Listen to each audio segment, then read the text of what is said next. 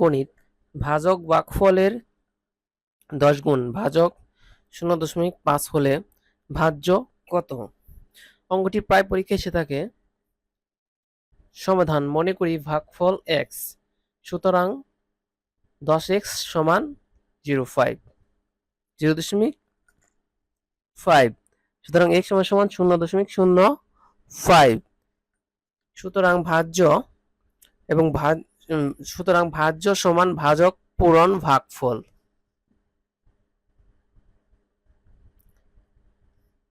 সেক্ষেত্রে 0.5 গুণন 0.05 গুণন করলে 0.025 হয়। এখানে আপনি গুণনটা করবেন এভাবে, মনে করবেন দশমিকের পরে কয়টা ঘর আছে ওইটাকে গুণন করবেন। এখানে 3টা ঘর আছে, তাহলে 5 5 25, অবশ্যই দশমিকের ঘরে 3টা ঘর বানাতে হবে। সেক্ষেত্রে বানানোর জন্য অবশ্যই আগে 0 দিতে হবে। সেক্ষেত্রে হবে ভাজ্য 0.025, তাহলে উত্তর হবে ভাজ্য 0.025।